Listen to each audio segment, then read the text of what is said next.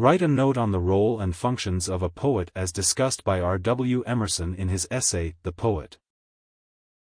Marks 10-12. Answer. R.W. Emerson, who led the American transcendentalist movement of the mid-19th century, was a prescient critic of the countervailing pressures of society.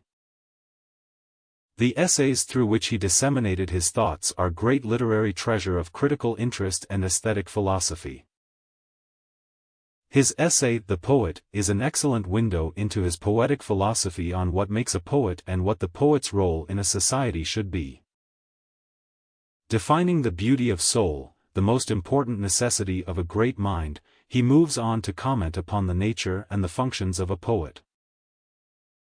The poet is a seer who penetrates the mysteries of the universe and articulates the universal truths that bind humanity together. Hence, the true poet, who puts into words what others feel but cannot express, speaks for all men and women. The moody child described in the first epigraph prefigures the essential quality of the poet, who sees with a penetrating gaze deep into the true nature of things. The poet is that man who blends his thought or argument well with his knowledge and serves that to mankind through the beauty of his soul. Emerson asserts that the poet is representative, standing among partial men for the complete man, apprising us not of his wealth, but of the commonwealth. Instead of treating the poet as a superior kind of person, placed by his talent above the ordinary run of human beings, Emerson here lays down the cornerstone of a modern democratic aesthetic. The poet is a greater person than the ordinary, but his very greatness is his representative nature. The poet realizes and actualizes the humanity we all share and can realize in ourselves. Unlike the formalist critics from Johnson to Poe who considered a poet primarily as a craftsman or wordsmith, Emerson thinks the poet to be a seer and sayer, a parson. A transmitter of the poetry that inheres in nature and in us. Emerson's poet is the inspired, divine, prophet bard who has access to truth and whose function is to declare it. For Emerson, poems are not machines made out of words. The poet's job is to establish contact with the primal, natural world, where the air is music, and try to write down in words what has already existed in nature. Emerson's poet is much more than a technician of meter. Emerson's poet announces that which no man foretold. He is the true and only doctor, he knows and tells.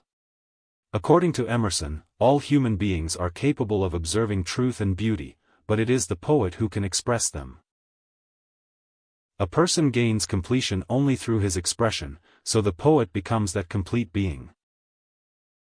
Emerson perceives that human beings live blinded to the truth of their condition. By using symbols to reveal the symbolic nature of reality, the poet frees us from false belief in its substantiality and hence deserves to be called a liberating God. Emerson also establishes the relation between nature and the poet. He feels that nature offers all her creatures to him as a picture language, so the poet must not only use words, but he must be able to use things, nature, as a language. So, the world being thus put under the mind for verb and noun, the poet is he who can articulate it. The true poet will be the translator of nature into thought. God will not get lost in an unintelligible private symbolism, in the mistake of an accidental and individual symbol for a universal one. Finished. Please subscribe to the channel for more updates of ready-made notes on English literature. Also, please share this channel to help any student pursue a degree in English literature. Thank you very much for watching the video. Please do not forget to like and comment.